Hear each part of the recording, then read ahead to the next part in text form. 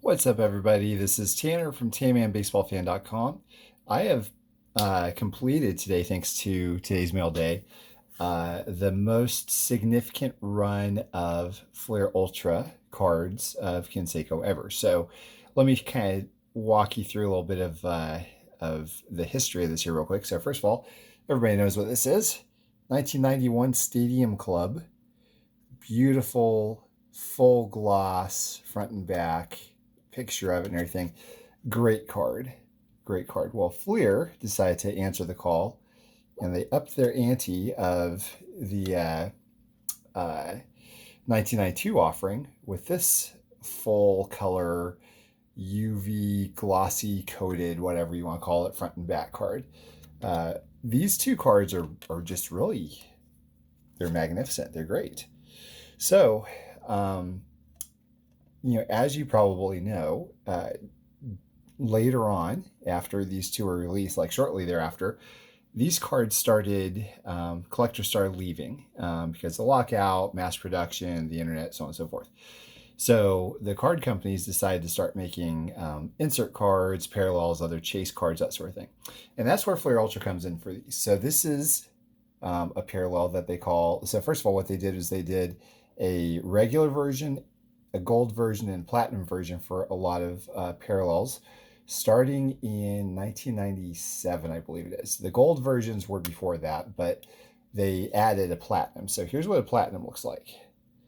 Now there's probably millions of those. Probably millions of those. This right here, there's only 200 of them.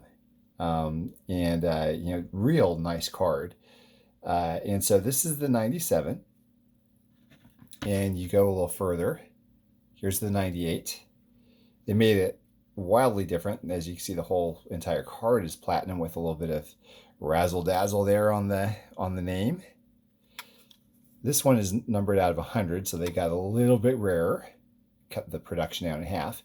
Again, remember, probably printed in the millions, 200, 100. And then in the second series, I believe it was, Jose's on the Blue Jays. They did the same platinum background. The regular version of this, by the way, is full color, and I think this is a different color also. So this is wildly different. Like, you could easily tell right off that this is something different. Look at the back. They put this down to 98. So it went from 200 to 100 to 98. And then here's the 99 Ultra Platinum Medallion. And this is numbered to 99. Okay, that makes sense.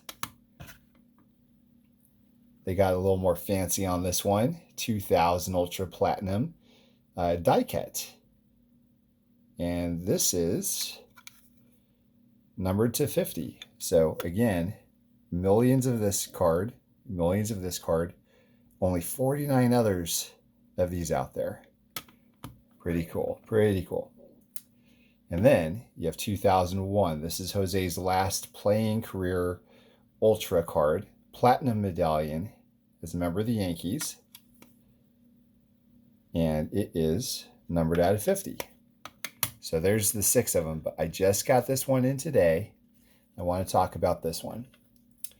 This is a 1997 Ultra Platinum Medallion. And it has allegedly the same print run as the Red Sox version, the very first one I showed you. The easiest to find one, so I'll show you that right here. You can see the similarities. The design's the same, just one Series 1 and one Series 2. And this right here is what I would consider to be Jose's absolute best Flair Ultra card ever produced.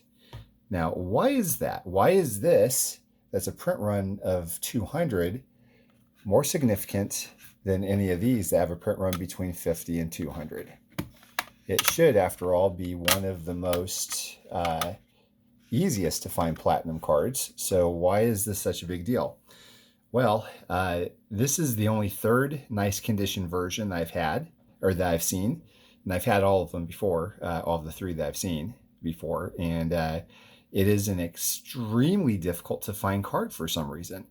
And so there's a lot of possibilities as to why this is much harder to find than the others. I've got a few theories.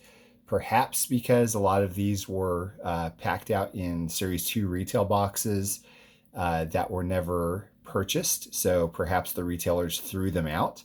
It's very possible also, by the way, that a lot of unsold boxes got stuck in warehouses. And guess what happens with Fleer Ultra when they get in hot warehouses? Well, after a while, they stick together and they brick up, and they make the card virtually worthless. So there's a few other thoughts I have about, but those are my two leading thoughts behind it. I went to the PSA pop report, and I noticed that there are 83 Series 1 Ultra Platinum cards graded total. So this Canseco, for instance, was from Series 1.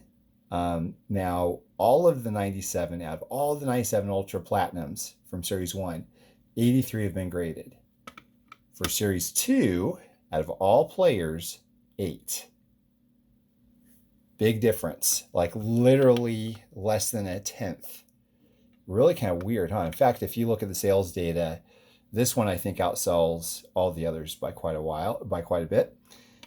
Whereas this one is by far the hardest to find. Like you'll run across these out of 50, for instance, like this one significantly more frequently online than you will see this. And plus, by the way, guys, like one of the main reasons why I really like Fleer Ultra and Stadium Club is Fleer Ultra, by the way, back then, they were known for the same thing as Stadium Club was, just the full bleed, full color photograph and everything. And this is just, it's a perfect card. I mean, it's got Jose in his A's jersey. He's actually fielding instead of hitting.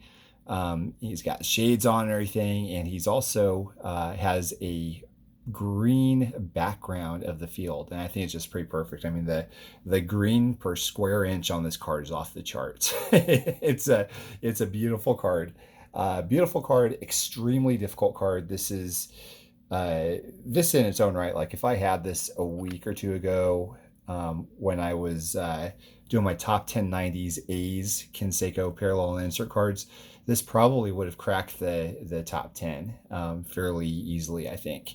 It's that big of a deal of card, but the thing is not many people know why or what it is really. So it's kind of a cool little thing, because if you look at 97 Ultra cards, platinum medallions, you see several of them on eBay. But if you're not paying attention to Canseco, particularly the Canseco on the A's platinum, you wouldn't know it was anything special. In fact, another reason why I think it probably doesn't do so well is because in 97, the Series 2 was just like had a really brutal checklist. All the good guys were in Series 1. Like Series 2, you had Canseco and Clemens, I think, and those are the two main big guys. So, and obviously David Ortiz. He's the main guy out of the entire run. But back in the 90s, I mean, not many people knew much about him. So he actually went by David Arias back then. He even said David Arias on his card instead of David Ortiz. So anyways, there it is, guys. It is the top dog of all Fleer Ultra Canseco cards right there. 1997 Ultra Series 2 Platinum Medallion. You see this little dark green spot here. That's on all of them from what I can tell. And actually, believe it or not, if you go to my site, cansecocollector.com, I have this card on there, but it doesn't have the green spot. And guys, I don't know why. I don't know why it wasn't on there, because I've never seen one without that spot. So maybe I grabbed the scan from somewhere else and didn't realize it, or I don't know, or maybe I'm just not really sure why. I don't hide things like that on my site for any reason whatsoever. I just don't do it. So I'm not sure why. But anyways, if you ever run across one and you see this spot, don't worry about it. The two or three others I've seen, they all have that as well. So anyways, there it is, guys. The entire Fleer Ultra Platinum run, that's basically obviously highlighted by the #1 Fleer Ultra Canseco card ever right there. Thank you guys for watching. Have a great day.